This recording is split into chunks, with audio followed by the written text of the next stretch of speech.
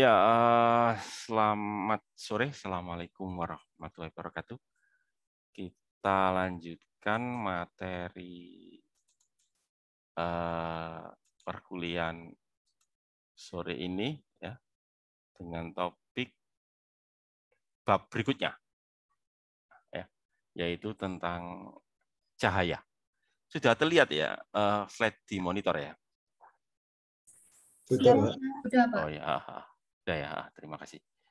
Ya, jadi cahaya nanti yang akan kita bahas pertama tentang sifat cahaya, kedua tentang prinsip Huygens, terus pemantulan, pembiasan. Nah, pemantulan pembiasan nanti kita bahas di pertemuan berikutnya. Ya, kalau yang hari ini nih tentang sifat cahaya dan prinsip Huygens. Oke, langsung aja ya. Oke, sebentar. Atau mungkin coba saya ini sih. Saya full screen ya.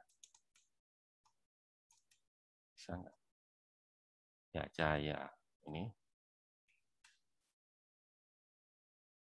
Ya. Nah, ini. Jadi kita mulai pembahasan cahaya ini tentang spektrum ya, spektrum elektromagnetik. Jadi ini, bentar. Mungkin sebagai pendahuluan dulu ya. Apa sih yang membedakan antara yang kita bahas sekarang dengan yang sebelumnya? Kalau sebelumnya itu kan kita membahas gelombang mekanik. Kalau yang sekarang kita membahas tentang gelombang elektromagnetik. Jadi perbedaannya itu kalau yang kemarin itu gelombangnya itu butuh media ya untuk merambatkan. Nah, kalau yang kita bahas sekarang itu gelombangnya tidak membutuhkan media untuk merambat. Artinya bisa merambat di dalam ruang hampa. Ya, contohnya yang kita bahas hari ini yaitu tentang cahaya. Cahaya itu kan bisa merambat dari matahari sampai bumi ya melalui ruang hampa. Nah, kan gitu. Nah, ternyata gelombang elektromagnetik itu nggak cuma cahaya, ada banyak. Ada banyak gelombang elektromagnetik seperti yang terlihat di monitor itu ya. Ini berdasarkan ini ya, panjang gelombang. Dari panjang gelombang yang paling panjang, ya itu sampai berapa tuh? 10 pangkat 3 ya. 10 pangkat 3 meter, jadi 1 kilometer tuh panjang gelombangnya ya. Sampai yang paling pendek itu berapa itu? 10 minus 12 ya. 10 minus 12 meter, berarti kalau 10 minus 12 itu berarti piko ya, pikometer ya. Sangat pendek ya. Nah, itu gelombang apa saja? Kalau dari panjang gelombang ya, bisa juga dari frekuensi. Ini yang di bawah itu ya. Yang di bawah dari frekuensi itu ya. Dari frekuensi 10 pangkat 6. Nah, yang paling rendah itu ya. 10 pangkat 6 berarti apa? Mega ya, megahertz. Megahertz sampai 10 pangkat 20 ya. 10 pangkat 20 berarti berapa? Besar ya, 10 pangkat 20 ya. Ya itu ya. Itu. Atau bisa juga dari energi ya, dari energi. Energi dalam satuan bukan joule ya, tapi satuannya adalah elektron volt. Dalam satuan elektron volt, yaitu dari 10 min 9 sampai 10 pangkat 6. Tapi biasanya yang sering dipakai itu ya ini, dua ini, dari panjang gelombang sampai frekuensi. Ya. Kalau dari energi sih jarang lah, gitu ya. Kita lihat dulu, yang paling rendah ya, yang paling bawah itu yaitu bisa kelihatan ya di monitor kalian. Apa itu yang paling bawah itu? Ini loh, kelihatan nggak yang saya tunjuk pakai kursor saya itu apa itu? Radio wave, Pak. Ya, radio wave. Gelombang radio. Ya, gelombang radio itu yang paling bawah itu ya. Yang frekuensinya paling rendah, yaitu sekitar berapa ya? Sekitar 10 pangkat 6, 10 pangkat 7 gitu ya. Atau yang paling panjang gelombangnya ya, sampai kilometer tadi. Gelombang radio. Itu banyak dipakai untuk komunikasi radio ya. Komunikasi yang dipakai untuk siaran radio itu ya. Terus kemudian di atasnya lagi ada namanya apa ini? Ini yang saya tunjuk ini apa ini namanya? Gelombang mikro, Pak. Gelombang mikro, benar sekali ya. Gelombang mikro di atasnya lagi. Gelombang mikro itu biasanya dipakai ini apa ini? Dipakai untuk apa ini? Contoh menggunakan gelombang mikro apa ini? Kelihatan nggak? Radar. Radar ya. Jadi radar itu pakai gelombang mikro ya. Selain itu juga bisa juga dipakai untuk ini loh. Apa ini? Apa ini? Apa itu? Microwave. Apa itu microwave? Open. Oven ya. Untuk masak itu ya. Jadi gelombang mikro itu selain untuk komunikasi bisa juga untuk memasak ini ya, microwave oven ya. Jadi microwave oven itu pakai gelombang mikro juga. Itu ya. Contoh pemakaian dari gelombang mikro ya. Terus di atasnya lagi apalah? Gelombang di atasnya gelombang mikro apa? Ini. Apa ini? Inframerah. Inframerah, benar. Inframerah ya. Jadi gelombang inframerah atau kita menyebut biasanya gelombang inframerah itu efeknya itu efek panas. Jadi kalau kena apa itu? Kena kulit kita ya dalam jumlah yang cukup besar nanti terasa panas. Jadi kenapa kok cahaya matahari itu kalau kena kulit kita ya, kena kepala kita itu panas karena banyak mengandung inframerah. Jadi cahaya matahari itu banyak mengandung inframerah. Sehingga terasa panas atau kita menyebutnya inframerah itu gelombang panas. Jadi gelombang yang dihasilkan oleh radiasi panas ya, radiasi kalor. Itu infrared.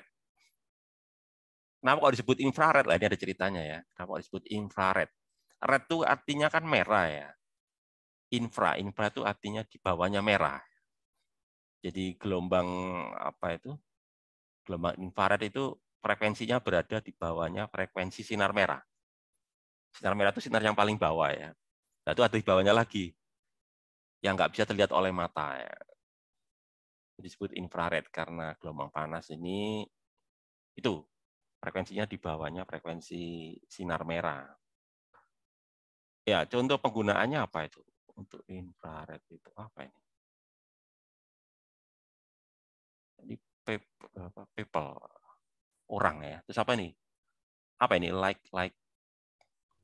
Bohlam lampu. Ya, bola lampu. Kan kalau misalnya lampu pijar ya. Kan kalian kalau tapi sekarang sudah jarang ya orang pakai lampu pijar ya. Lampu pijar dulu kan yang banyak menghabiskan daya ya. Atau biasanya kalau lampu pijar bisa dipakai untuk itu loh, apa sih namanya? Lampu sorot itu ya untuk apa lampu sorot untuk syuting ya. Lampu kan panas itu ya. Biasanya itu lampu sorot itu kan panas itu, karena menghasilkan radiasi ini infrared ini. Inframerah.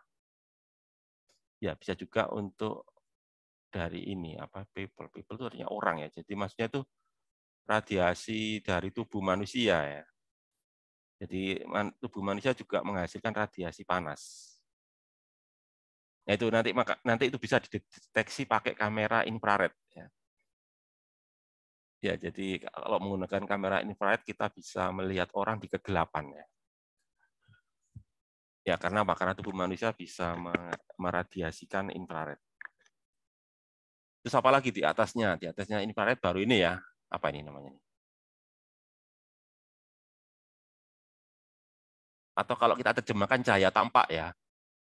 Visible, maksudnya cahaya tampak. Coba kalian cermati. Cahaya tampak itu loh sempit sekali ya. Cuma segini aja kan ini. Cahaya tampak itu loh. Yang tampak itu maksudnya bisa dilihat oleh mata manusia ya. Ya, ini loh. Kalau dibesarkan kayak gini nih. Ini di zoom ini ya. Dibesarin ini ya. Ada visible spectrum. Mulai dari yang paling bawah ini kan merah ya. Merah ini yang paling bawah sampai yang paling atas itu apa itu? Warna apa ini paling atas ini? Warna apa ini kalau paling atas ini? Ungu, Pak. Ungu, bener ya, ungu, bener ungu.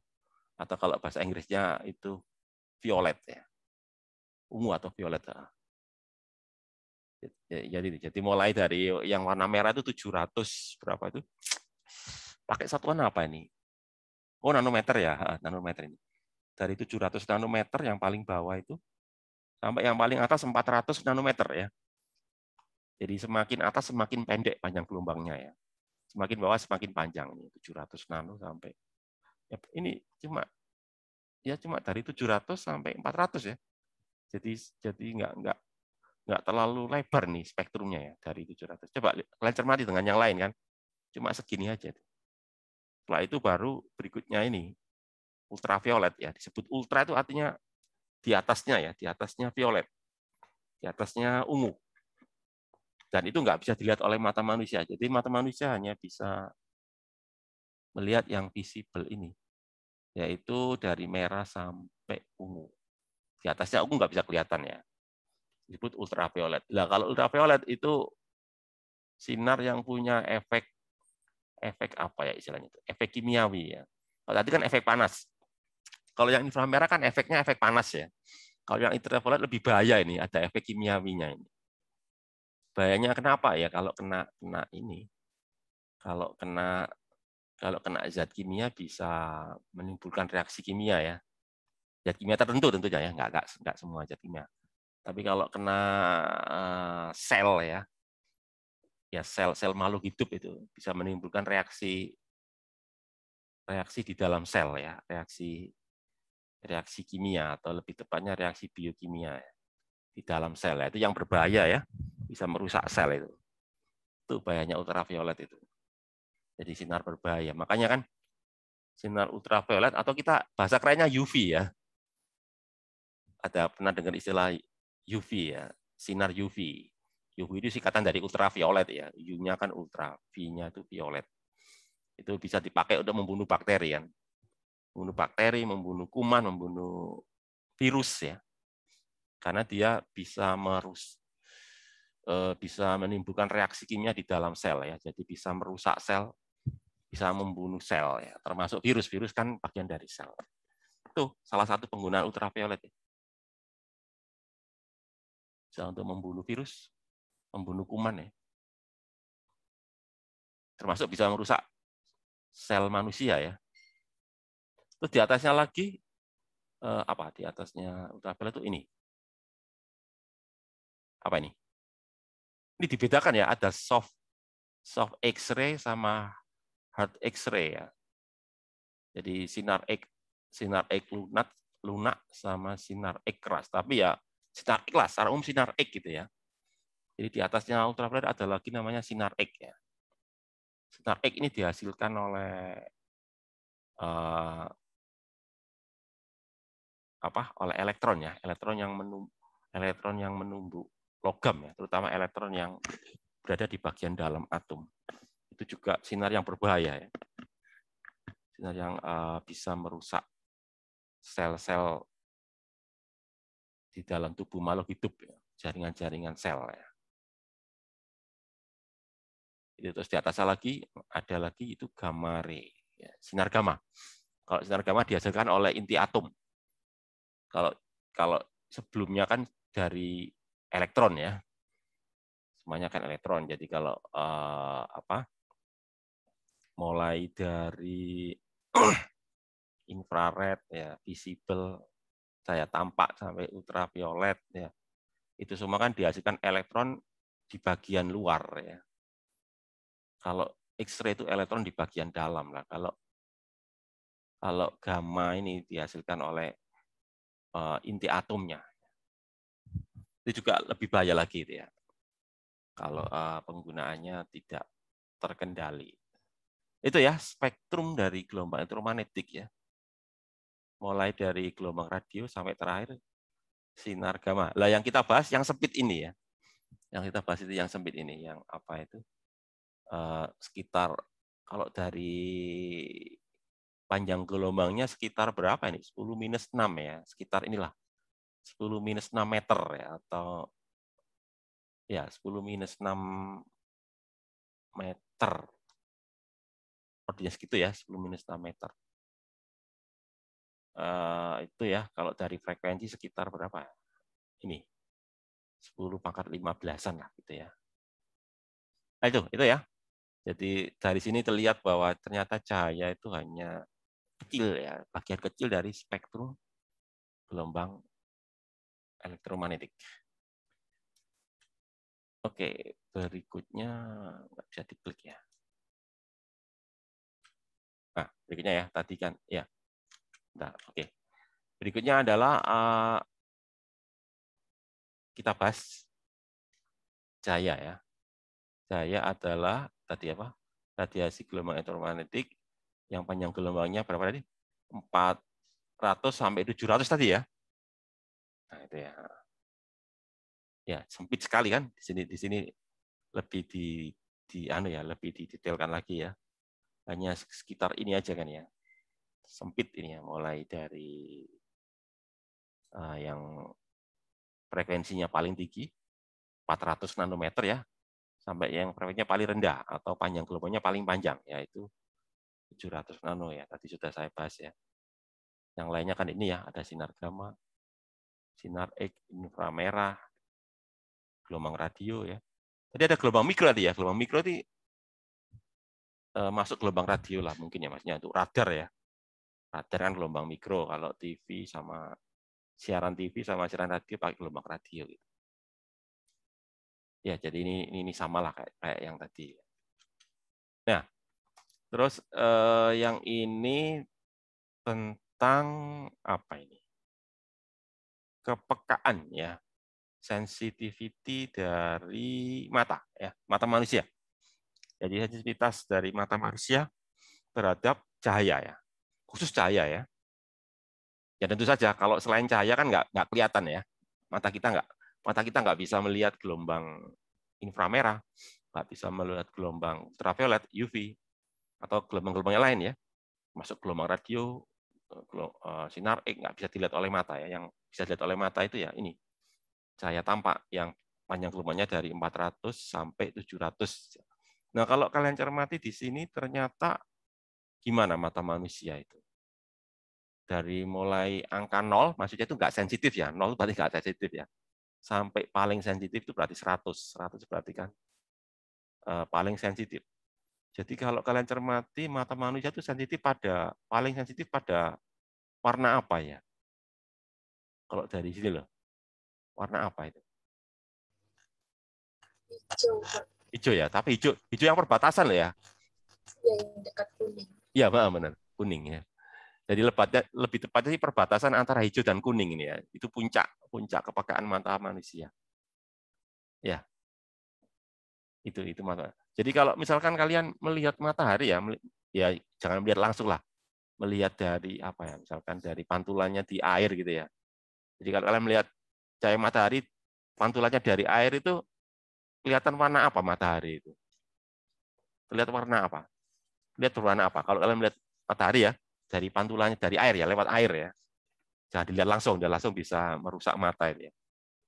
Itu cahaya matahari itu terlihat berwarna apa ya? Atau matahari terlihat berwarna apa? Matahari terlihat berwarna apa ya? Matahari terlihat berwarna apa? Ini agak putih bukan ya? Hah? Sebentar. Kuning agak putih. Kuning agak Putih. karena ada kuningnya ya. Iya. Karena ada kuningnya ya. Ya, karena ada kuningnya. Ya, ada kuningnya itu berarti apa? Berarti warna kuning itu sensitif ya terhadap mata kita. Padahal sebetulnya itu untuk cahaya matahari boleh dikatakan antara warna mulai dari ungu ya.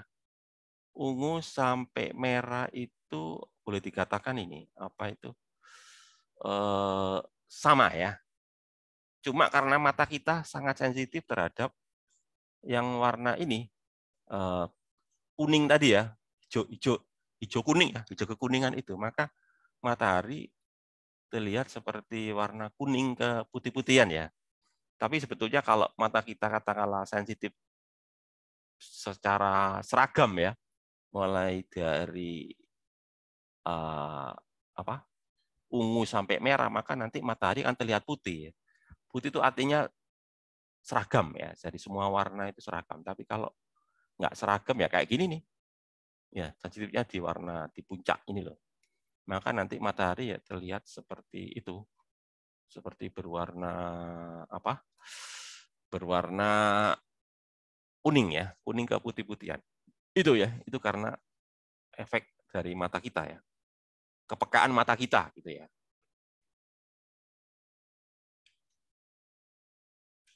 Bentar. Oh, nggak bisa ya. Nggak bisa di ini. Bentar ya.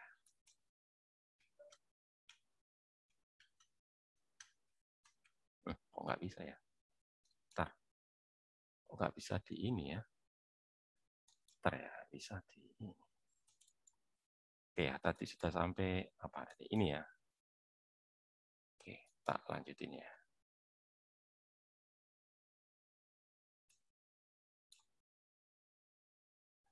Oke ya, itu tadi ya. Tadi masalah sensitivitas mata kita. Terus kembali ke topik tentang apa sebenarnya cahaya itu ya. Jadi cahaya itu hanya bagian yang sangat kecil dari spektrum elektromagnetik tadi ya, tadi kita bahas kan bahwa cahaya kan hanya kecil sekali ya, kecil banget gitu ya, dibandingkan dengan spektrum yang sangat besar dari gelombang elektromagnetik ya, di posisinya di antara apa ultraviolet dan inframerah ya. Ya, kalau dari panjang gelombang tadi ya, dari 400 sampai 700 atau kalau di sini lebih tepatnya itu ini ya 380 nanometer sampai 780 nanometer gitu ya. Terus kemudian itu kalau menurut tadi yang kita bahas tadi ya. Ada lagi definisi cahaya menurut ini ya. Apa ini? Illuminating Engineering Society of North America ya. Jadi illuminating berarti berkaitan dengan pencahayaan ya. Jadi pencahayaannya. Cahaya sebagai energi radiasi yang mampu menarik retina dan menghasilkan sensasi cahaya. Oleh karena itu tidak dapat bisa dijelaskan dalam ya. Jadi gini. Jadi kalau yang definisi pertama ya itu lebih mengarah ke cahayanya itu sendiri ya. Jadi cahaya itu apa? Nah kalau yang definisi kedua ini kaitan antara cahaya dengan respon dari mata manusia ya. Jadi dikaitkan dengan responnya terhadap mata manusia. Itu ya. Jadi kalau membahas cahaya ya tidak hanya membahas cahayanya saja, tapi juga membahas tentang apa istilahnya respon ya, respon atau lebih tepatnya tadi apa kepekaan ya, atau kalau di sini dipakai dengan istilah sensasi visual ya. Ya, jadi cahaya itu juga terkait dengan bagaimana mata kita memberikan respon atau istilah di sini apa sensasi visual. Jadi jadi tidak hanya membahas cahaya saja, tapi juga terkait dengan mata manusia yang bisa menangkap sensasi visual dari cahaya tersebut. Maksudnya itu begitu ya, definisi yang kedua. Nah, terus mungkin nanti kalian tanya, nanti kita memilih pembahasannya bagaimana ya? Mungkin begitu ya.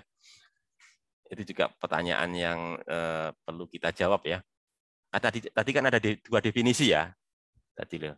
Definisi pertama kan murni membahas cahayanya sendiri. Kalau definisi yang kedua itu kan cahaya dikaitkan dengan respon yang yang dirasakan oleh mata manusia. Lah berhubung kita mempelajari fisika ya, praktis nanti kita menggunakan yang definisi pertama ya. Definisi pertama yaitu apa? Ya definisi yang murni cahaya ya, tanpa dikaitkan dengan bagaimana mata manusia memberikan respon ya. Kayak gini nih nanti pembahasannya ya. Jadi murni membahas ininya apa? Cahayanya itu sendiri. Nah, terkait dengan hal itu ternyata ada dua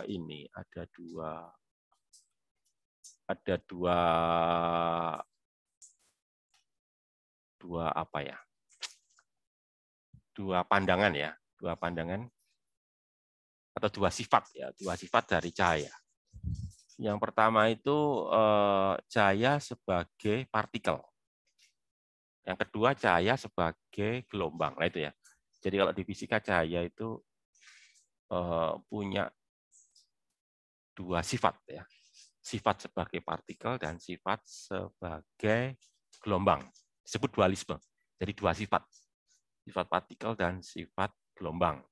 Kalau sifat partikel itu dikemukakan oleh Newton ya, Isaac Newton sama ini Albert Einstein ya, Albert Einstein yang mengatakan bahwa cahaya adalah pancaran partikel. Partikel ya, bukan partikel ya. Jadi cahaya itu seperti partikel. Partikel itu apa sih? Ya contohnya partikel itu ya kayak atom, molekul, elektron kayak gitu loh. Itu maksudnya partikel ya. Jadi partikel itu adalah bagian terkecil dari benda ya. Partikel.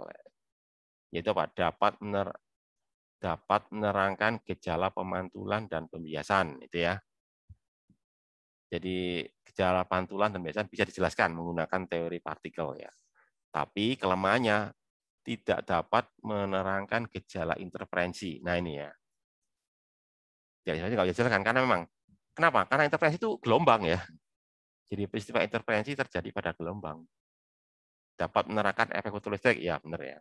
Jadi kelemahannya cuma itu tadi. Tidak bisa menjelaskan gejala interferensi.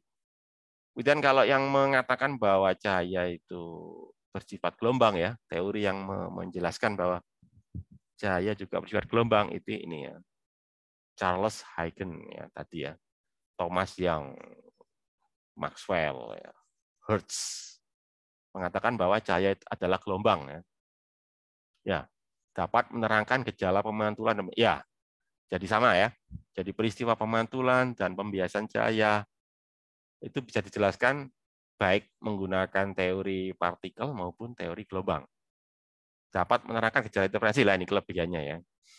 Jadi kalau tadi teori partikel nggak bisa menjelaskan interferensi, tapi teori gelombang bisa menjelaskan. Tapi sebaliknya, teori gelombang tidak bisa menjelaskan efek fotolistrik ya. Tapi kalau teori partikel bisa, itu ya. Jadi maksud saya itu gini, setiap teori pasti punya kelebihan dan kelemahan gitu ya. Terus yang benar gimana? Yang benar ya teori gabungannya ya. Jadi ternyata cahaya itu selain bersifat partikel juga bersifat gelombang. Nah, begitulah. Jadi akhirnya kedua teori disatukan ya.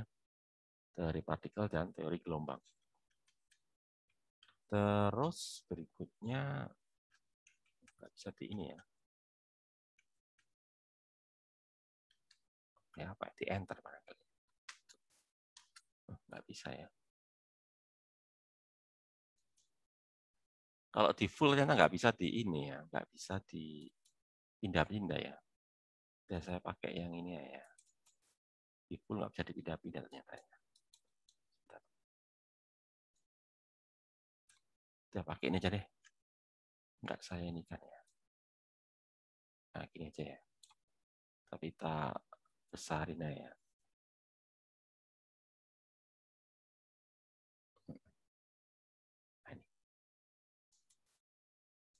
Nah gini ya.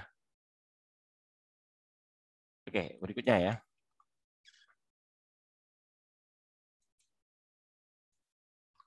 Ya berikutnya adalah oh tadi sudah ini ya. Tadi sudah. Berikutnya lagi ya.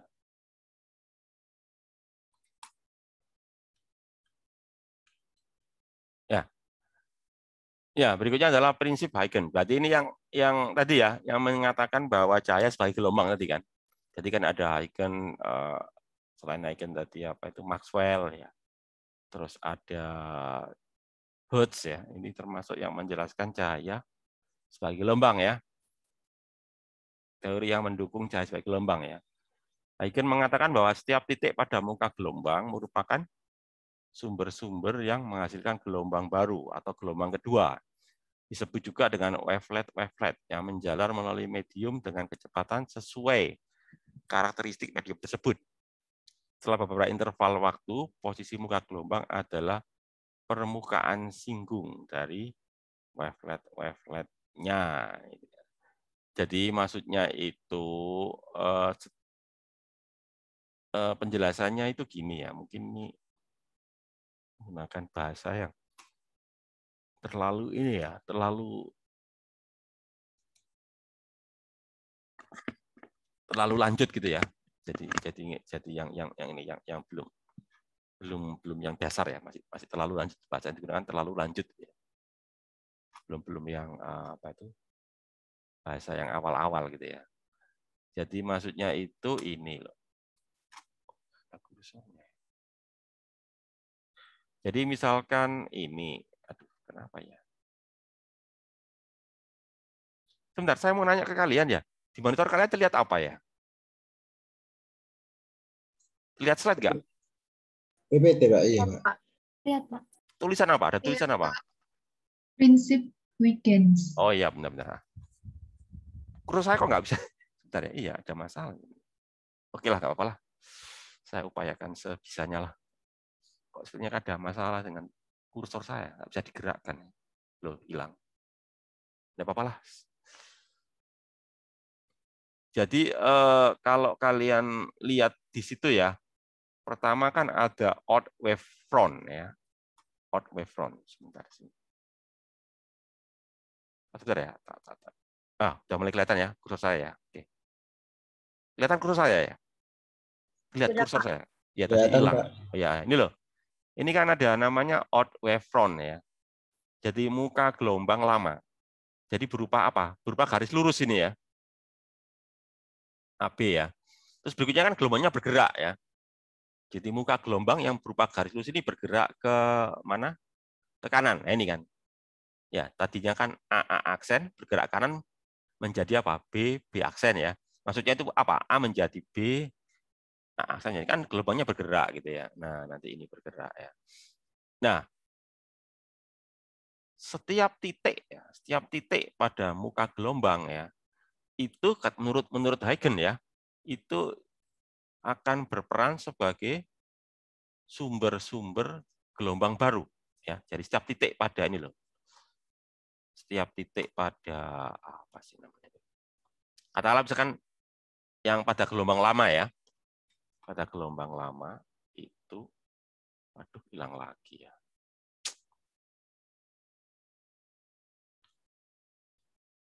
Nah, ini kelihatan lagi. Ini ya. Katakanlah misalnya ini ya, gelombang lama kan, AA aksen. Kan ada banyak titik itu ya. Ada banyak titik pada garis dari A sampai A aksen. Misalkan kita pilih 3 aja deh. 3 titik ya, misalkan ini ya. Titik 1 di atas ya, titik 2 di tengah, titik 3 di bawah kan itu ya. Sebenarnya nggak cuma 3, tapi ada banyak titik ya. Kita ambil aja itu ya. Maka nanti dia sebagai ini sumber gelombang baru ya, sebuah titik gelombang, maka nanti akan menghasilkan lingkaran-lingkaran ya. Jadi sama kayak ini loh, sama kayak kita menjatuhkan batu ya.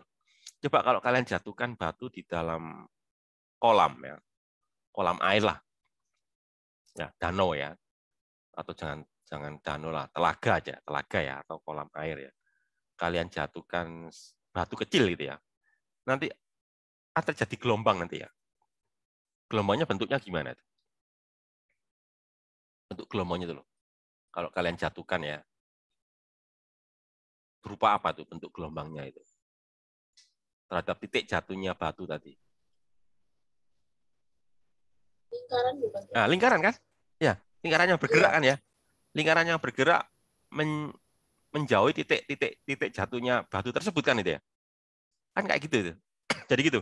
Jadi titik batu kan sumber ya, sumber gangguan maksudnya tadi ya. Jadi ketika kita menjatuhkan batu ke dalam air yang tenang ya, air telaga atau air kolam ya yang tenang, maka timbul gangguan ya. Gangguannya berasal dari titik jatuhnya itu. Terus gelombangnya diarah apa? Bergerak ke seluruh permukaan air tersebut ya, berbentuk lingkaran kan gitu ya. Sama kayak itu. Jadi nanti titik-titik yang ada pada gelombangnya lama ini sebetulnya nggak cuma 3. Cuma di sini digambarkan 3 ya sebagai contoh aja. Maka nanti itu merupakan sumber gangguan. Jadi sumber gelombang baru atau sumber gangguan lah gitu ya. Ya nanti gini kan. Nah, ini kayak ini kan, lingkaran ini kan berasal dari titik yang atas. Lingkaran yang ini berasal dari apa? Titik yang tengah ya. Lingkaran ini berasal dari gangguan yang titik yang bawah gitu ya. Jadi setiap titik pada apa itu? Pada gelombang yang lama nanti dia akan membentuk gelombang baru ya. Ya. Nah, kemudian kalau setiap muka dari gelombang baru tersebut saya ini kan istilahnya apa tadi disebut dengan nama apa tadi itu? Kita buat garis singgungnya ya. Garis singgung dari setiap gelombang yang dihasilkan oleh gelombang-gelombang baru tersebut ya, titik-titik gelombang itu nanti akan membentuk ini muka gelombang yang baru gitu ya. Jadi sebetulnya muka gelombang yang baru itu berasal dari ini, dari titik singgung dari lingkaran-lingkaran dari banyak lingkaran ini gitu ya. Itu yang dimaksud dengan prinsip Huygens tadi ya. Itu. Ya, jadi maksudnya itu gitu. Ya, secara itu. Itu kalau gelombangnya berupa ini, berupa apa itu? Berupa garis lurus ya, atau gelombang sejajar. Nah, kalau gelombangnya tidak seperti itu ya, berupa lingkaran misalnya kayak gini ya. Kayak gini kan berupa lingkaran ini ya. Maka nanti ya sama aja, setiap titik pada lingkaran tersebut tuh akan merupakan apa? Sumber-sumber gelombang baru ya. Ya nanti masing-masing juga akan menghasilkan lingkaran-lingkaran kayak gini ya. Ini ada berapa ini? Ada 4 kan ya. Masing-masing menghasilkan lingkaran ini kan ya. Kemudian garis singgung dari semua lingkaran-lingkaran tersebut akan membentuk apa? Muka gelombang baru atau new wave front gitu ya. Nah, maksudnya itu gitu ya, maksudnya prinsip Huygens itu gitu. Terus saya lanjut Ya itu teori ya, teori lah itu ya. Terus kemudian berikutnya adalah penjalanan cahaya ya. Jadi cahaya tadi kan merambat ya dari sumber ke berbagai arah gitu ya. Tergantung ininya ya, tergantung arah dari sumber cahayanya tadi ya, diarahkan kemana kan itu ya. Nah itu apa yang terjadi terkait dengan medium. Ya, jadi ini loh. Kalau kalian saya tanya ya, cahaya itu butuh medium nggak untuk merambat? Cahaya butuh medium nggak untuk merambat? Untuk menjalar? Butuh nggak?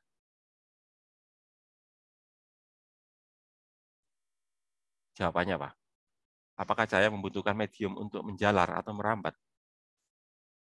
Butuh apa tidak?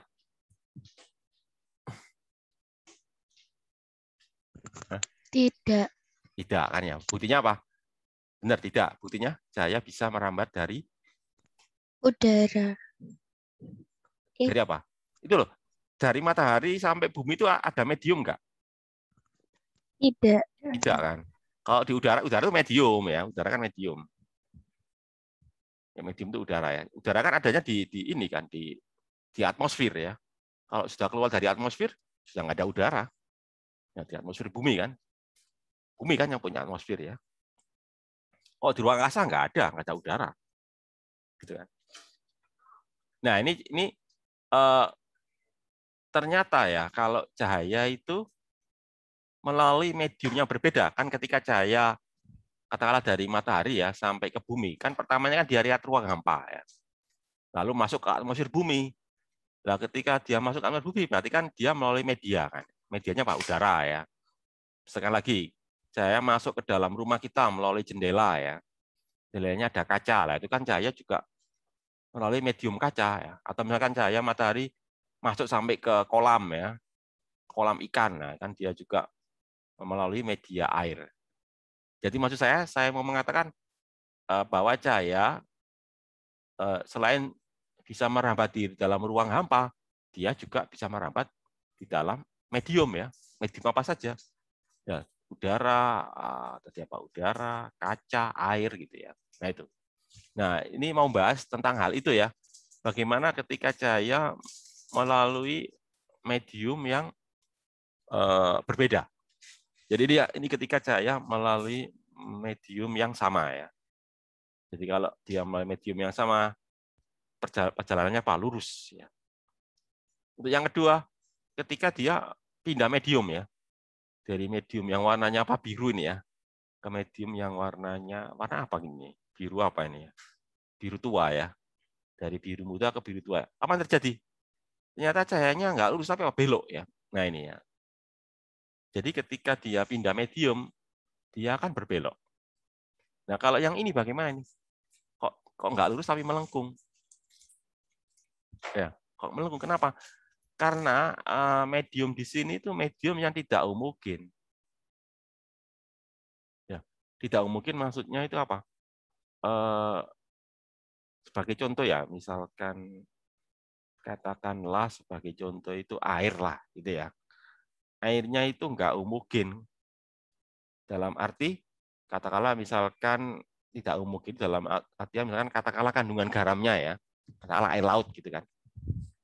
Air itu kan ada yang kandungan garamnya rendah, ada kandungan garamnya tinggi lah itu nanti kalau itu dilalui cahaya, maka nanti cahayanya bisa melengkung ya. Kenapa? Karena airnya tidak homogen. Karena terdapat kandungan garam yang berbeda-beda antara bagian air yang satu dan bagian air yang lain. Maksudnya itu begitu ya. Contoh yang paling gampang yaitu ya air lah, air yang terdapat garam di dalamnya. Gitu ya. Jadi melengkung nanti ya karena tidak homogen. Kalau homogen ya ini lurus.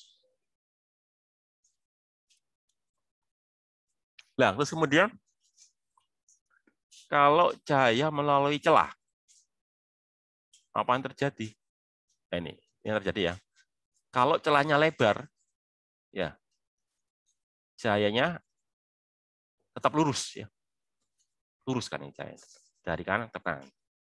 Tapi kalau cahayanya, celahnya sempit ya, seperti ini, terjadi istilahnya pelenturan ya, terjadi pelenturan cahaya. Pelenturan itu apa? Ya semacam pembelokan lah. Pembelokan yang disebabkan oleh celah ya. Kalau semakin semakin sempit celahnya, semakin besar pelenturannya ini kan. Ya, jadi arahnya, tadi kan arahnya cuma ke arah sana dan ke arah sini kan. Kalau ini ya sudah karena semakin sempit gitu ya. Nah, supaya terjadi pelenturan ya atau terjadi seperti ini itu ada syaratnya yaitu apa? Kalau celahnya itu seukuran dengan panjang gelombang. Jadi misalkan kalau cahaya merah itu ya kan 400 berapa tadi? 400 nanometer. Jadi kalau kita punya celah sekitar itu maka nanti terjadi yang namanya ini ya, pelenturan cahaya.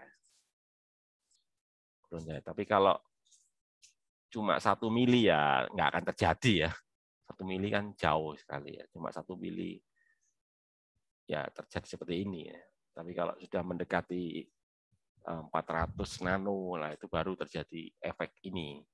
Pembelokan cahaya yang disebabkan oleh celah. Ya itu ya, istilahnya di sini namanya tuh istilahnya tuh difraksi. Difraksi itu pelenturan cahaya. Ini namanya difraksi ini ya. Difraksi cahaya yaitu apa? Pelenturan atau pembelokan arah rambat cahaya yang disebabkan oleh celah sempit yaitu apa? Yang seukuran dengan panjang gelombang cahaya.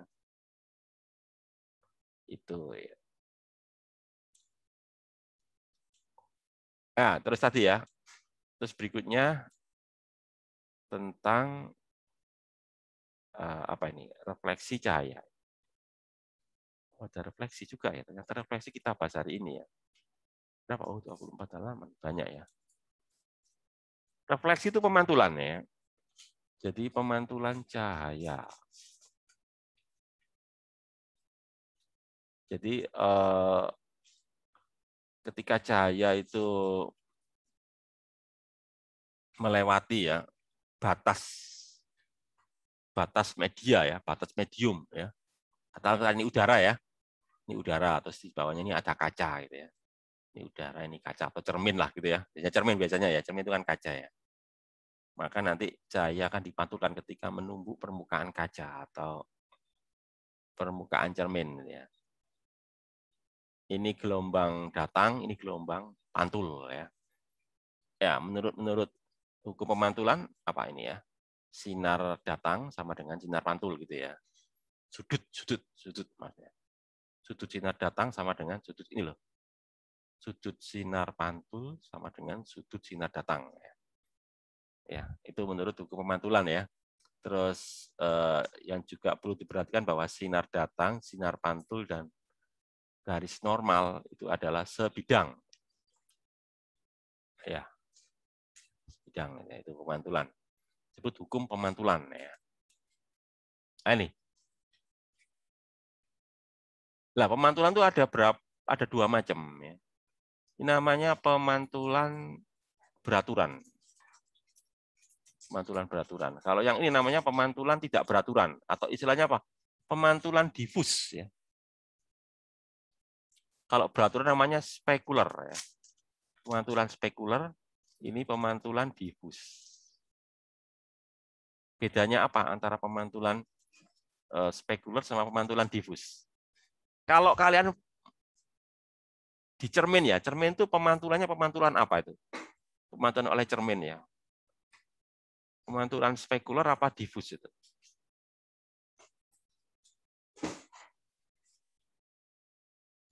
Spekuler, Pak. Ya, spekuler. Jadi gini loh. Kelebihan dari pemantulan spekuler itu bisa menghasilkan bayangan. Ya. Tapi kalau pemantulan difus tidak menghasilkan bayangan. Jadi kalian bisa bercermin ya, menggunakan cermin untuk melihat wajah kalian, melihat muka kalian itu karena menghasilkan bayangan. Itu bedanya antara pemantulan spekuler sama pemantulan difus. Kalau pemantulan difus tidak menghasilkan bayangan, misalkan gini, kalian saya tanya, bisa nggak kalian bercermin pada tembok? Tembok semen itu loh. Atau tembok semen. Bisa nggak tembok semen kita jadikan cermin? Nggak bisa, Pak. Kan nggak bisa. Kenapa? Karena tembok itu memantulkannya secara difus ya. Tapi kalau cermin kaca bisa. Kalau air, permukaan air bisa nggak kita jadikan cermin? Air yang tenang ya. Airnya diem bisa, Pak. Ya, air yang tenang, bukan air yang berombak ya. Katakanlah air kolam ya. Air kolam yang bening ya. Bisa nggak kita jadikan untuk berkaca ya, untuk ngaca gitu loh. Bisa, Pak. Bisa kan? Ya itu. Meskipun nggak sebagus cermin ya. Ya, kalau cermin kan bagus ya. Ya, kalau dari air kan nggak bagus. Kenapa? Ya, jawabannya karena nggak semuanya dipantulkan ya. Ada juga yang diteruskan ya. Itu bedanya. Kalau cermin kan 100% dipantulkan, makanya bayangannya bagus ya, bayangannya ya bayangannya utuh gitu ya. Tapi kalau kalian bercermin di permukaan air ya bayangannya ya nggak 100% utuh ya, karena ada bagian cahaya yang diteruskan. Itu jadi kalau airnya tenang ya bisa kita bercermin ya, tapi kalau airnya berombak ya difus jadinya ya, nggak bisa dijadikan cermin itu. Itu. Terus ya contohnya ini ya, ini sebagai contoh sinar laser ini ya. Ini sinar laser warna merah ya. Dikenakan pada cermin ini. Nah, dipantulkan gini kan. Ini ada pantulannya kan. Ini sinar laser datang, ini sinar laser pantulannya. Tapi kalau saya kenakan ke tembok, misalnya tembok atau apa ya, atau benda lah, benda dari kayu misalkan atau apa, kan terlihat nanti apa? Ini kan nggak ada pantulannya kan. Maksudnya itu garis pantulannya itu nggak kelihatan. Kenapa? Karena ke segala arah ini ya, nggak difus kan ini. Segala arah. Tapi ini kan terarah ya, satu arah saja kan. Nah, ke sana itu. Nah, terus berikutnya ini ya. Berikutnya tentang apa ini? Soal ini ya. Contoh soal sinar cahaya terpantul 2 kali. Oh, ini ada 2 cermin ini ya. Terpantul ada 2 cermin ini. Jadi ada cermin M1, ada cermin M2 gitu ya. Terus kedua cermin itu sudutnya 120 derajat ini ya. Jadi ini 2 cermin membentuk sudut 120 derajat. Sinar datang pada cermin pertama M1 ya dengan sudut 65 ini 65 derajat ya. Terhadap garis normal. Sebentar. Saya tanya ke kalian ya. Takutnya kalian nanti salah penafsirannya. Normal itu apa sih? Kok ada istilah normal? Normal itu apa? Apa normal itu? Kok tadi ada istilah normal tadi ya? Ini perlu saya tanyakan. Soalnya kalau kalian nggak saya tanyakan, nanti kalian menafsirkannya lain nanti. Ini terhadap normal, kan ada terhadap normal, apalagi. Udah ini aja ya. Ini loh, kalau ada istilah terhadap normal. Normal itu apa ini loh? Kan ada kata normal. Normal itu apa sih maksudnya itu? Ada yang tahu normal itu apa? Itu Pak, kayak lurus dari permukaan bawahnya gitu Pak. Gimana? Rafli ya? Gimana Rafli? Ya, tegak lurus dari permukaan. Benar. Kayak gaya normal gitu Pak. Ya, benar. Tegak lurus kata kuncinya ya. Jadi loh, Rafli kan nyebut tadi tegak lurus ya. Itu. Ya Pak. Jadi normal itu Tegak artinya lurus. tegak lurus. Saya ulangi lagi ya. Normal itu artinya tegak lurus. Itu bahasa matematika ya. Orang matematika kalau menyebut tegak lurus itu normal. Jadi jangan dimaknai normal itu dalam pengertian percakapan sehari-hari. Kalau percakapan sehari normal itu artinya kan sesuatu yang sudah biasa ya, normal kan ya. Tapi di sini pengertian normal itu adalah tegak lurus. Itu ya biar kalian nanti nggak salah menafsirkan, nggak salah mengartikan. Jadi normal itu artinya tegak lurus dengan permukaan benda normal, kayak normal.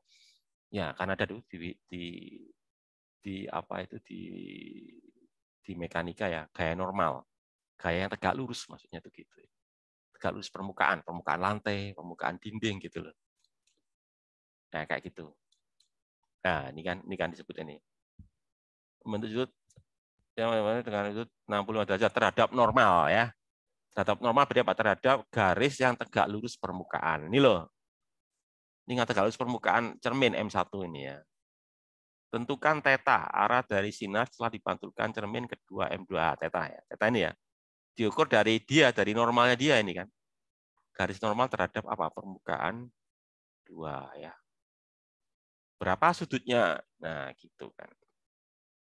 Nah, untuk menjawab soal ini kita gunakan tadi ya, hukum pemantulan tadi ya. Sinar pantul sama dengan sinar datang ya.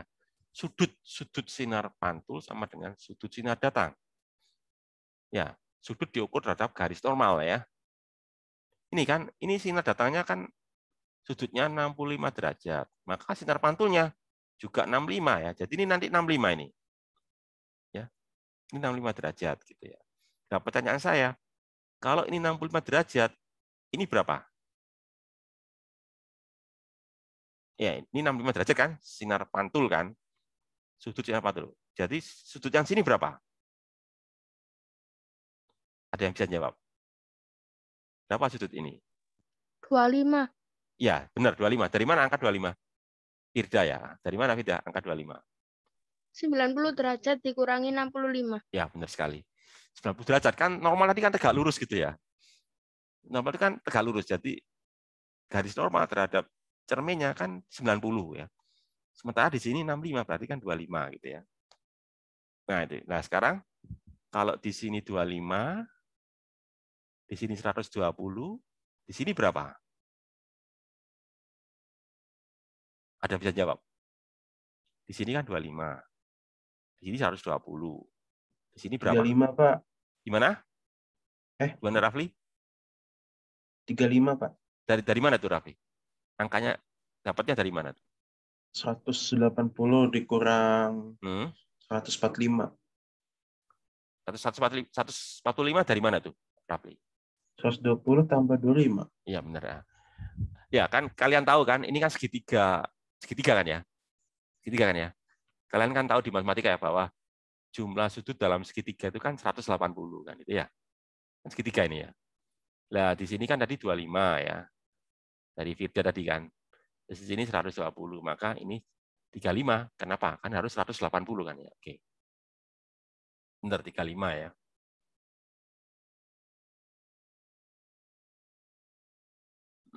Nah, sekarang kalau di sini 35 berarti kalau gitu sinar pantulnya berapa ini? Sinar pantul kedua ya. Sudut pantul kedua kan ini tadi pantulan pertama, ini pantulan kedua ya. Berapa? Ini kan 35. Berarti sini berapa? 55. Ah, benar 55 kan ya. 55 kan ya. Jadi sudut pantul keduanya adalah 55 kan itu ya. Sehingga sudut kok sudut pantul, sudut datang ya, maaf. Sudut datang kedua ya, sudut datang kedua 50. Berarti sudut pantul keduanya berarti 55 juga kan ya. Nah, ya itu jawabannya ya. Jadi jawabannya adalah theta itu 55 derajat. Gitu ya cara-cara apa? Cara menjawabnya. Jadi menggunakan satu hukum pemantulan, yang kedua menggunakan ini kan segitiga ya, jumlah sudut dalam segitiga. Loh ini penyelesaiannya ya, udah benar ya. Tadi ternyata ada penyelesaiannya ya, 65 ini kan theta 1 65 ya. Benar ya. Nah, kalau theta 1 65 berarti yang ini kan 25 tadi ya, ini kan 25 ya. Kalau ini 25 ini harus 20 berarti kan ininya 35 ya. Nah, ini kan 35 ya. Kalau ini 35 berarti yang di sini kan berapa berarti 55 ya. Nah, ini. Berarti kesimpulannya apa? Sudut pantulnya berarti kan 55 derajat ini ya. Ini loh. Ini kan 65, 65, 25. Nah, ya. Gitulah cara jawabnya ya. Nah, itu tadi tentang pemantulan ya. Terus berikutnya pembiasan. Pembiasan itu apa? Sinar cahaya datang pada permukaan. Jadi gini. Jadi ketika cahaya itu pindah media ya. Pindah medium lah, katakanlah dari udara ke gelas misalkan ya. Kan medianya berubah ya. Maka yang terjadi selain pemantulan ya. Ini kan terjadi pemantulan ya. Terjadi juga pembiasan. Pembiasan itu apa sih? Pembelokan ya. Pembelokan perambatan cahaya akibat perpindahan media. Ya, media dari udara ke gelas terjadi pembelokan. Beloknya bagaimana? Ya bergantung medianya. Kalau medianya lebih rapat ya, kayak udara dan gelas itu kan rapatan gelas ya medianya ya. Lebih rapat gelas, maka nanti beloknya ke ini mendekati garis normal. Ini kan garis normalnya nih ya. Garis yang tegak lurus apa? Tegak lurus permukaan batas ya. Jadi cuma ini adalah garis yang tegak lurus permukaan batas kedua media ini. Kan ini kan dari udara ke gelas yang lebih rapat, maka nanti beloknya ke arah garis normal. Tapi kalau misalkan sebaliknya ya, misalkan dari yang media rapat ke media yang lebih renggang, maka nanti beloknya akan menjauhi garis normal. Gitu ya. Jadi itu cara beloknya ya, tergantung medianya. Medianya lebih rapat atau lebih renggang. Kalau ke media yang lebih rapat akan berbelok mendekati garis normal, tapi kalau media berikutnya adalah lebih renggang, maka nanti beloknya akan menjauhi garis normal. Nah, secara umum itu bisa kita hitung menggunakan ini yang disebut dengan nama hukum Snellius ya. Hukum pembiasan ya, hukum Snellius ya. Yaitu ini sin theta 2 per sin theta 1 ya. Sama dengan ini P2 per V1. P2 itu apa? Cepat rambat cahaya dalam medium 2, P1 cepat rambat cahaya dalam medium 1. Jadi penyebab dia belok itu kenapa sih ya? Karena perbedaan kecepatan ya. Jadi terdapat perbedaan kecepatan. Jadi ketika cahaya masuk ya dari udara ke gelas, dia menjadi lebih lambat ya, geraknya jadi lebih lambat. Ya, jadi cahaya kalau masuk ke dalam media yang lebih rapat itu dia bergerak akan lebih lambat. Tapi kalau medianya renggang dia akan bergerak lebih cepat. Ya sama kayak kita berjalan gitu ya. Kalau kita berjalan di tempat yang sepi kan bisa berjalan dengan cepat ya, tapi kalau kita berjalan di tempat yang ramai kan kita geraknya jadi lebih lambat kan gitu ya. Ya maka cahaya juga begitu itu ya. Jadi cahaya yang melalui gelas ya, melalui kaca itu lebih lambat geraknya, lebih cepat, lebih lambat perambatannya daripada kalau dia melalui udara atau melalui ruang hampa ya. Ruang hampa malah paling cepat ya. Cahaya itu paling cepat kalau merambat di dalam ruang hampa karena nggak ada halangan gitu ya, namanya gitulah. Nah, kayak gini lah nih. Ini contohnya ya. Ini kan dari udara ke gelas ya. Dia mendekati garis normal ya. Tapi kalau sebaliknya kayak ini kan dari gelas ke udara ini kan menjauhi garis normal ya. Karena dari apa ini? Dari rapat ke renggang. Nah, gitu yang terjadi ya. Kenapa? Ya karena ini di gelas dia geraknya lambat ya. Ya, sehingga dia beloknya ini mendekati normal. Jadi kalau ini di udara dia bergerak lebih cepat ya, daripada di gelas, maka beloknya ini menjauhi garis normal gitu. Nah, terkait dengan pembiasan, ya terkait dengan pembiasan nanti ada namanya indeks bias. Dilambangkan dengan N ya. Apa sih indeks bias? Indeks bias itu ternyata itu adalah perbandingan ya. Perbandingan kecepatan cahaya di dalam hampa terhadap di dalam medium. Misalkan dalam ruang hampa itu C ya. Di dalam medium itu V, maka N itu sama dengan C dibagi V ya. Jadi kalau di dalam ruang hampa itu kecepatan cahaya itu berapa? 3 kali 10 pangkat 8. 3 kali 10 pangkat 8 meter per detik. Kalau di dalam medium ya lebih pelan ya, lebih lambat ya. Gitu. Jadi indeks bias itu perbandingan kecepatan cahaya di dalam ruang hampa dengan di dalam sebuah medium. Misalkan air gitu ya, indeks bias air 4/3 misalkan ya. Berarti kecepatan cahaya di dalam air itu 4/3 lebih lambat ya daripada di udara. Di dalam kaca misalkan ya, indeks biasnya 1,5. Itu berarti apa? Kecepatan cahaya di dalam kaca itu 1,5 lebih lambat gitu ya. 1,5 kali lebih lambat. Jadi tambah lambat gitu ya. Itu. Jadi sebetulnya dari sini yang poin yang penting itu ini loh, hukum Snellius ini loh ya. Ini loh ya. N1 sin theta 1 sama dengan apa? N2 sin theta 2. Itu yang penting ini ya. Ini nanti yang kita gunakan untuk ini, untuk menghitung ini apa itu sudut pembiasan ya, pakai hukum Snellius ini. Ini yang penting sebetulnya ya. Mungkin ada soalnya ya. Sebentar kita lihat aja. Nah, ini ada soalnya nih. Ya, misalkan sudut bias bentar, ada gini ya. Ya, benar. Bila sudut bias theta 2 90, maka sudut datang theta 1 disebut sudut kritis. Karena cahaya tidak dibiaskan ke medium kedua, sinar cahaya akan dipantulkan kembali bila sudut datang. Maksudnya ini bahas sudut kritis ya. Mungkin gini ya untuk menjelaskan ini ya, itu gini loh. Mungkin nggak langsung begini ya. Katakanlah ini ya, coba lihat ya. Ini sumber cahaya ya. Ini sumber cahaya. Sumber cahaya berada di medium 1 ya. Ini medium 1 ini ya. Ya, cahaya mau pindah medium ya. Dari medium 1 ke medium 2. Oke ya. Medium 2 renggang ya. Medium 1 rapat. Jadi medium 2 lebih renggang dari medium 1. Contoh misalkan medium 1 kaca ya. Medium 1 kaca, medium 2 udara. Ini ya. Jadi jangan dibalik ya. Jadi untuk kasus ini itu apa? Cahayanya berada di medium, sumber cahaya berada di medium rapat ya, menuju ke medium renggang. Nah, ceritanya gitu ya.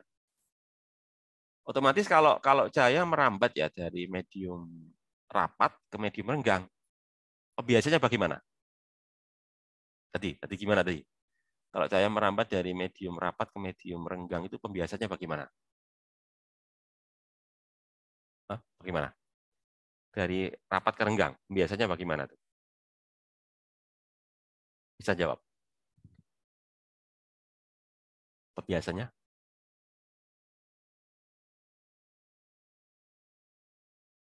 Tadi loh.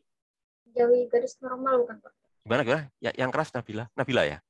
Iya, menjauhi garis Ya, normal. benar. Menjauhi garis normal kan? Ya, menjauhi garis normal kan? Garis normal, gitu.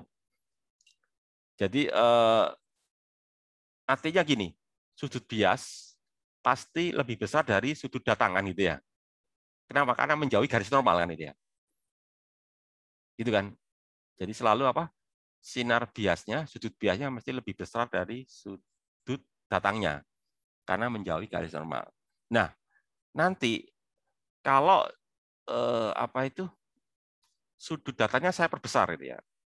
Saya perbesar terus. Nanti akan ada kemungkinan ya. Nanti sudut biasnya itu 90 derajat. Nah, ini loh ini kan. Kan bisa jadi begitu kan ya.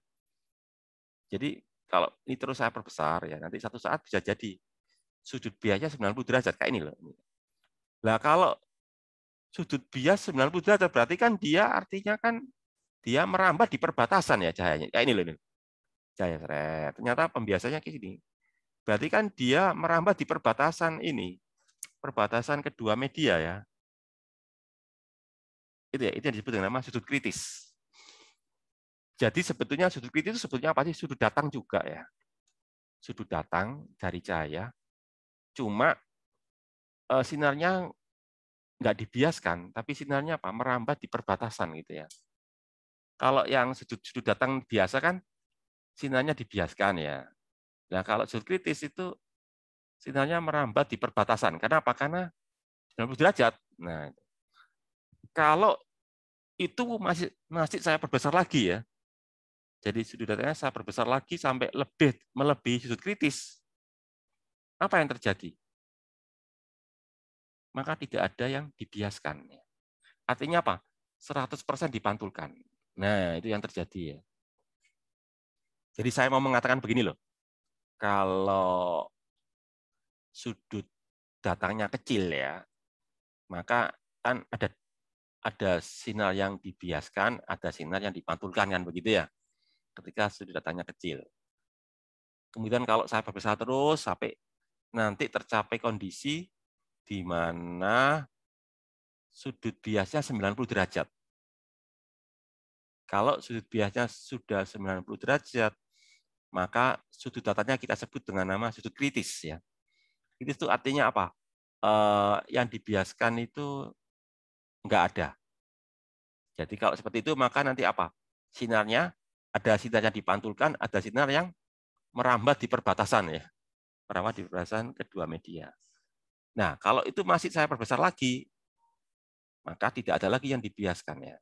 100% semuanya dipantulkan, gitu ya. Jadi itu dimaksud dengan nama sudut kritis tadi ya. Nah, kalau pengen tahu berapa sih besar sudut kritis ya kita gunakan hukum Snellius tadi ya. Jadi N1 indeks bias medium pertama ya, tempat asal sinar. Terus ini saya ganti dengan sudut kritis ya. Sudut datangnya sudut kritis lalu sudut biasnya 90 derajat. Nah, kan kita tahu sin 90 itu 1 ya.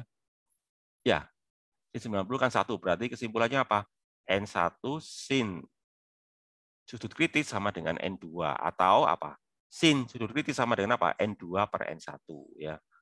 Jadi kalau itu sudut kritis berarti apa? Berarti inverse sin ya. Inverse sin dari N2 per N1. Ya, nanti kita bisa tahu berapa sih sudut kritisnya ya. Nah, itu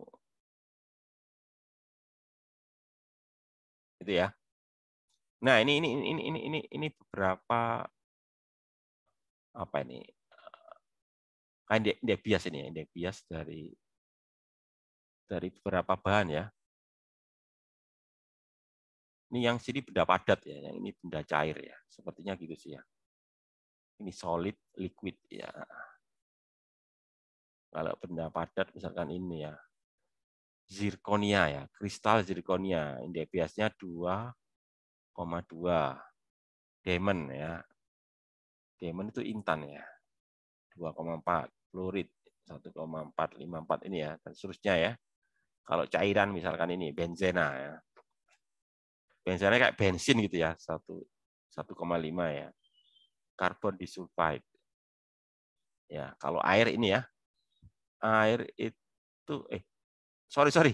Ini air ini udara ya. Ini bahasa Inggris ini ya. Saya kira bahasa Indonesia. Air itu water ya. Oke, sorry. Water berarti air ya. Berapa ini? 1,33 ya. 4/3 ya air itu ya. Kalau udara ya kayak ruang hampa ya. Kayak ruang hampa 1,1 berarti sama dengan ruang hampa. Udara CO2 ya itu juga sama dengan ruang hampa ya. 1 ya indeks biasnya.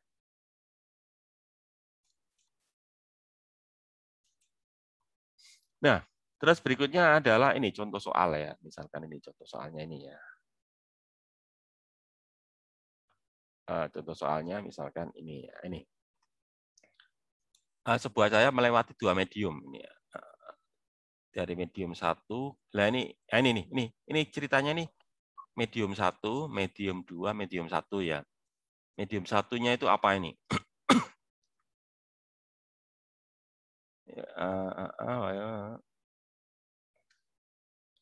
Ini nggak disebutkan ya medium satunya apa ya.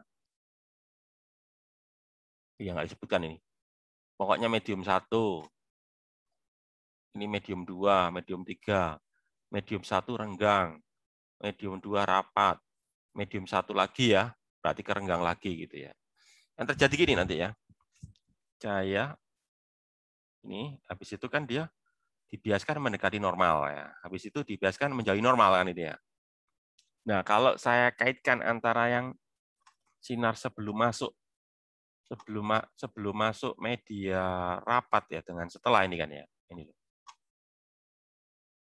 Ya, kalau saya cermati di sini kan ini loh. Ya apa ya? Apa yang terjadi? Kan terjadi penggeseran sinar ya kalau kalian cermati itu loh. Kursor saya hilang ini ya. Ya apa sih ini? Nggak bisa nunjukin ini ya. Nah, inilah. Ini kan seperti kayak terjadi ini loh, apa itu? Penggeseran kan? Ini loh. Ini kan sebelum masuk media rapat ini sini. Ini kan setelah keluar ini ya. Jadi kalau saya perpanjang ini belum masuk, nanti kan nah, sepertinya apa? Terjadi penggeseran gitu ya. Ini adalah garis sinar sebelum masuk media rapat. Ini setelah keluar ya dari media rapat. Jadi terjadi apa? Penggeseran sinar ya. Penggeseran sinar sebesar D. Nah, ini kita mau nyari D-nya berapa ya? Berapa pergeseran sinarnya akibat adanya media rapat, ya, misalkan kaca, gitulah. Ya, nanti analisanya ya ini menggunakan 2 kali pembiasan ini ya. Ini kan pembiasan pertama, ini pembiasan kedua ya. Pembiasan pertama ini kan dari apa ini dari N1 ke N2. Pembiasan kedua dari N2 ke N1 gitu ya.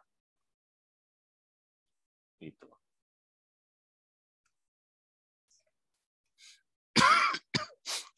Nah, yang jelas kalau seperti ini yang jelas itu apa?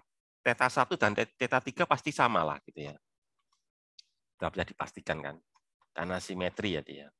Jadi theta T1 dan theta 3 itu pasti sama itu. Pasti itu ya. Theta 1 dan 3 sama. Sehingga nanti bisa saya substitusikan ya. Bisa saya substitusikan apa itu? Theta 1 dan theta 3 ya. Sehingga nanti persamaannya jadi ini. Substitusi antara persamaan 1 dan persamaan 2 ya. Nanti seperti persamaannya di sebelahnya itu ya. Bentar ini ya. Itu nanti. Bentar sih kok ada masalah di ini ya, di kursornya ya. Kursornya ini selalu ini. Sebentar ya, tak ini dulu ya. Kok mengganggu sekali ini ya. Saya ini kan dulu lah.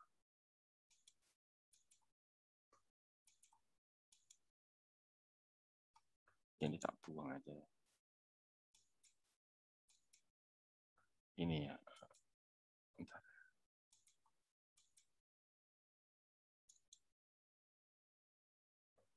Oke, ini ya. Kembali ke sini aja deh. Oke ya, ini sudah. Ada error terus itu ya. Ini ya, jadi nanti theta 1 dan theta 3 pasti sama gitu ya. Sehingga nanti sin apa itu? Sin theta 1 bisa saya ganti dengan sin theta 3 gitu ya. Berarti nanti kan jadinya gini kan. Sin theta 3 sama dengan ini kan. N2 per N1 ya. Sin theta 2 saya ganti dengan ini nanti gitu ya. Jadi nanti gini N1 per N2 sin theta 1 ya. Dan itu sama dengan sin theta 1 kan gitu ya. Nah, kemudian saya mau nyari D-nya berapa kan gitu ya. Nah, ini cara analisanya gini ya. Cara analisanya gini. Jadi ini kan θ 1 ya. Nanti kan pakai hukum Snellius kan saya bisa nyari θ 2 gitu ya. Nah, nanti dari θ 2 ya.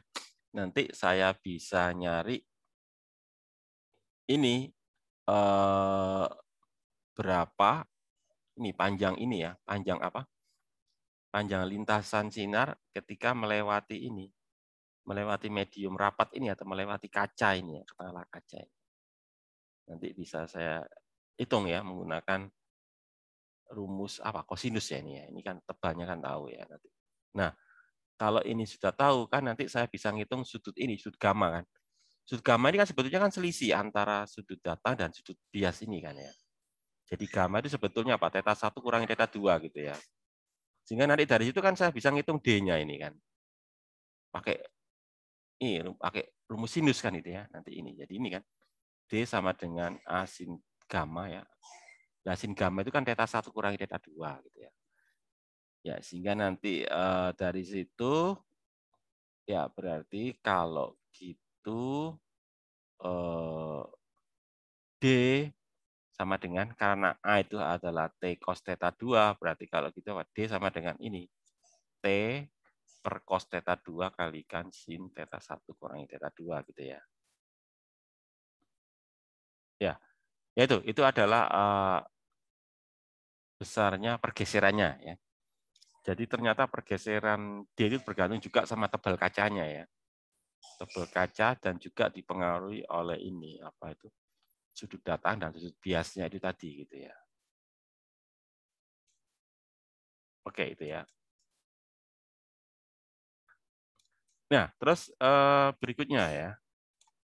Nah, contoh soal lagi ini ya. Pada gamma diketahui bahan A adalah air gitu ya. Air indeks biasnya ini kan ya. Dan kaca ya. Jadi ini air, ya ini air ini ya. Benar ya.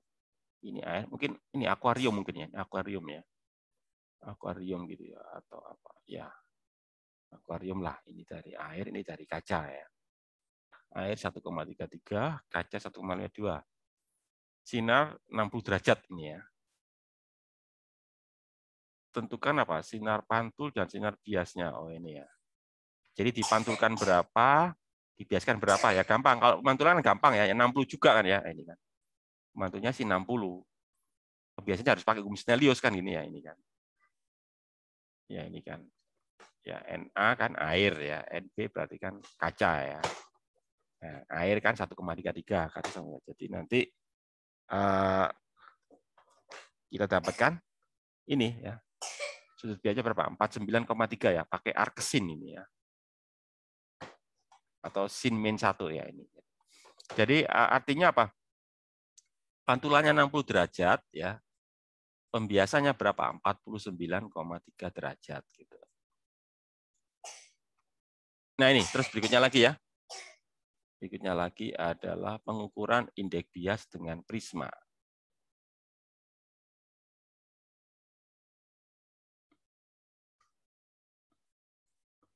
Ya, prisma itu apa sih? Prisma itu ya kaca berbentuk segitiga ya. Kayak gini nih. Jadi prisma itu adalah kaca yang bentuknya segitiga. Ini kaca ini. Ya, jadi ini ya. Ini adalah sinar datang ya. Katakanlah dari udara ya. Terus masuk ke prisma kaca segitiga ini ya. Dibiaskan ini kan, dibiaskan mendekati normal kan, ini kan. Theta 1 alfa ini. Maaf, Theta 1 sudut datang, Theta 2 sudut pantul. Ini garis normalnya ini garis normalnya ya ini. Ini garis normalnya ini ya. Ini garis normalnya Theta 1 dan 2. Habis itu ini kan dia dibiaskan mendekati normal. Habis itu ini kan. Lalu kena permukaan yang satunya lagi ya. Permukaan yang kanan ya. Ya kalau sekarang ini kan dari kaca ke udara. Jadi dibiaskan menjauhi normal ini kan. Ini kan Theta 2 ya. Ini Theta 1 ya. Ya. Kalau seperti ini, maka nanti simetri ya, antara kanan kiri sama kan simetri. Soalnya apa? Kalau kalian cermati ini kan sejajar dengan alasnya ini kan ya. Garis sinar yang melalui kaca itu loh ya, Jajar. Maka nanti yang terjadi itu akan sama antara apa itu apa sinar datang dan sinar biasnya ini ya. Sinar bias yang kedua pasti sama itu ya. Nah, sekarang yang mau kita ukur itu pembelokannya ya. Jadi kalau kalian cermati kan terjadi 2 kali pembelokan ini ya. Pembelokan pertama, pembelokan kedua. Nah, ini kalau diukur dari yang pertama ini kan. Ini yang pertama ini ya. Sebelum masuk prisma kan ini ya. Sebelum masuk prisma sampai sini kan lurus saja ya. Masuk prisma, kalau ini kan setelah keluar dari prisma ini. Nah, ini namanya sudut ini ya, sudut deviasi ini ya. Jadi deviasi itu maksudnya sudut pembelokan ya. Sudut deviasi adalah sudut pembelokan cahaya antara sebelum masuk prisma dan setelah keluar prisma. Itu yang dimaksud deviasi itu ya, pembelokan sinar antara sebelum masuk prisma, kaca prisma ya, dan setelah keluar kaca prisma gitu. Ya melalui melalui 2 kali pembiasan tadi itu ya. Ya sebentar tadi ini ya.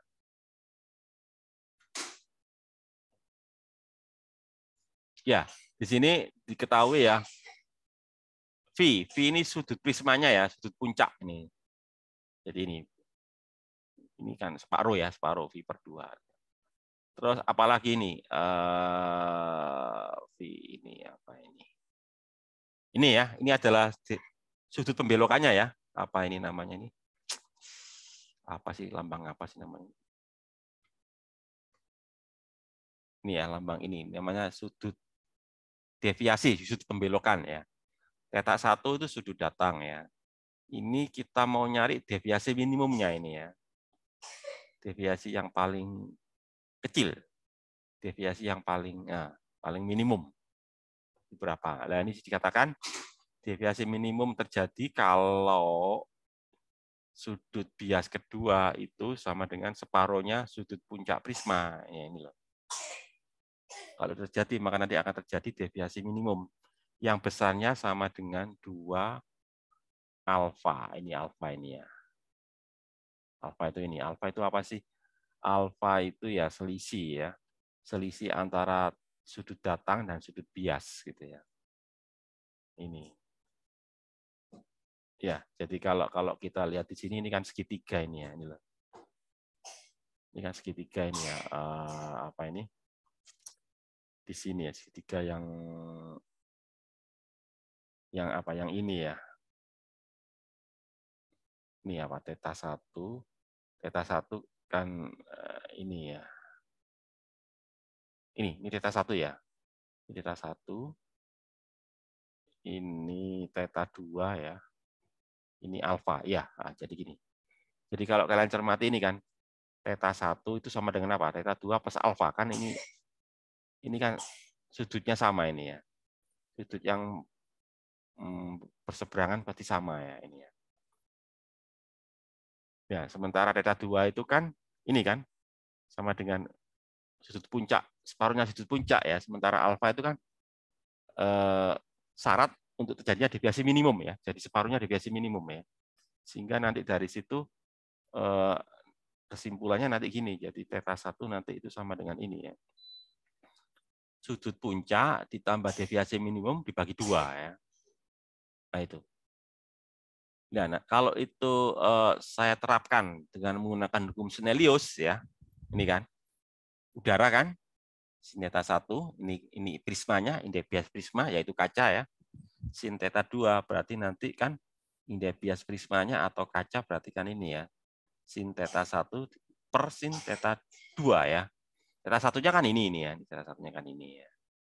Nah, theta 2 adalah ini kan. Puncak bagi 2 lah ini ya. Nah, ini.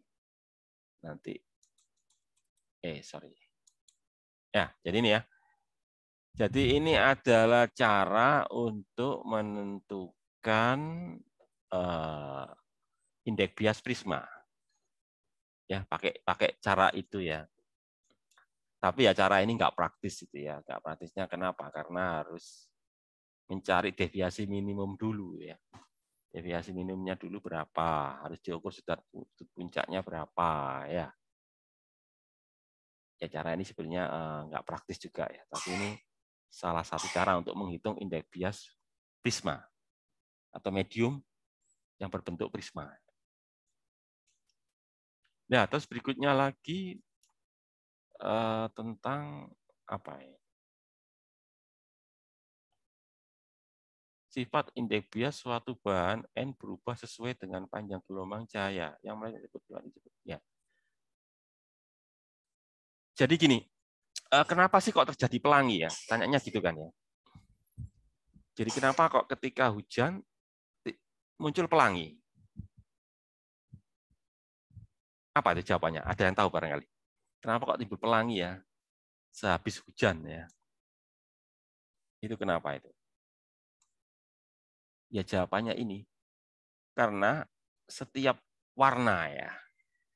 Setiap warna pada pelangi itu mempunyai indeks bias sendiri-sendiri. Jadi pelangi kan sebenarnya berasal dari cahaya tampak kan ya. Dari cahaya tampak. Cahaya tampak tadi kan mulai dari warna merah sampai warna ungu. Nah, masing-masing itu punya indeks bias sendiri. Ya. Jadi warna merah punya indeks bias sendiri, warna ungu punya indeks bias sendiri. Nah, ketika dia melewati sebuah media ya, media yang berbeda, maka nanti dia akan dibelokkan berbeda ya. Jadi sinar merah dibelokkan berbeda dengan sinar kuning, berbeda dengan sinar hijau, berbeda dengan sinar biru, dan berbeda dengan sinar ungu. Perbedaan itu yang menyebabkan terjadinya warna. Jadi ketika mereka bersatu, warnanya putih ya. Jadi ketika semua warna itu bersatu, yang kita lihat oleh mata kita warna putih, tapi ketika mereka terurai ya, maka nanti baru muncul sendiri-sendiri ya, baru muncul warna ya, gitu. Dan itu disebabkan kenapa? Karena masing-masing punya indeks bias sendiri. Nah, contohnya misalkan ini ya, ini prisma kan ya. Ketika di sini kan terlihat warna putih ini ya, tapi ketika dia melalui permukaan pertama sudah terjadi penguraian warna ini kan ya. Kenapa? Karena masing-masing warna punya indeks bias sendiri, sehingga sudut beloknya sendiri-sendiri. Begitu masuk permukaan kedua tambah besar ya pembelokannya ya. Nah, nanti tambah terlihat ini, mulai dari warna apa ini? Warna merah yang pembelokannya paling rendah ya, sampai warna violet yang pembelokannya paling besar. Itu yang terjadi ya. Kayak inilah ini kan. Ini kan terjadi warna kan. Ini ada prisma ini kan ya. Ada prisma diberi sinar warna putih ya. Maka nanti ketika keluar dari prisma timbul warna ya. Karena masing-masing warna mempunyai indeks bias sendiri. Ya kayak ini nih kan. Yang terjadi ketika sehabis hujan ini kan butiran air ya, butiran awan itu ya. Butiran awan itu nanti menguraikan sinar ya. Ini yang terjadi ya. Terjadi pembiasan pertama, pemantulan, habis itu pembiasan lagi. Terjadi penguraian dari warna merah sama violet. Jadi sekali lagi saya ulangi, penyebab terjadinya dispersi. Dispersi itu penguraian ya. Penguraian cahaya putih menjadi cahaya-cahaya penyusunnya ya, dari merah sampai ungu itu adalah karena setiap warna yang menjadi komponen cahaya putih itu punya indeks bias sendiri-sendiri. Kalau mereka indeks biasnya tunggal, maka keluarnya tetap putih ya. Meskipun dibelokkan berkali-kali tetap putih, karena masing-masing membelok dengan sudut yang sama. Tapi kalau indeks biasnya beda-beda, masing-masing beloknya dengan sudut yang berbeda. Itu yang terjadi ya. Terus yang slide terakhir ini ya. Oh, soal ini ya. Ini soal ini ya. Oke. Soalnya ini ya, ini kan terjadi penggeseran ya ini ya, kaca ini kan. Kaca pelan paralel ini ya, terjadi penggeseran. Berapa penggeserannya ya? Kalau tebalnya 2 cm ya. Dari udara ke mana nih? Ke kaca ya ini. Sudutnya 30 ya. Nah, sudutnya 30. Nanti itu berapa? Ya, ada rumusnya tadi ya. Tadi ada rumusnya. Kalau yang kedua, nah ini ya. Dari udara, minyak, air. Nah, ini beda media ya. Kalau tadi kan udara, kaca, udara. Ya. udara, kaca udara. Kalau ini apa? Udara, minyak, air. Nah, ini lain lagi nih ya. Kalau ini nggak ada rumusnya ya. Kalau tadi ada rumusnya ada dia. Ini harus pakai hukum Snellius ini ya. Kalau tadi kan bisa pakai ini. Rumus kaca tebal tadi ya, kaca pelan paralel tadi ya, kaca tebal. Udahnya nomor 3 ini apa? Prisma tadi ya. Prisma berapa deviasi minimumnya ya? Kalau sudut puncaknya 50 derajat ya. Bahannya deviasinya 2,2, berapa deviasi minimumnya? Ya kalian gunakan rumus tadi, prisma tadi ya. Rumus prisma ini tadi ya. Nyari ini kan sebetulnya, nyari deviasi minimumnya ya. N-nya tahu. Ininya tahu ya, tinggal dihitung aja pakai rumus ini gitu ya. Ya, saya kira itu ya, waktunya sudah lebih 5 menit ya. Ya. Mungkin ada pertanyaan sebelum saya akhiri ya. Sudah lebih 5 menit ya. Melebihi 5 menit ini ya. Ada pertanyaan barangkali? Enggak ya? Oke, kalau enggak ada, saya akhiri aja. Assalamualaikum warahmatullahi wabarakatuh. Waalaikumsalam warahmatullahi wabarakatuh. Terima kasih, Pak.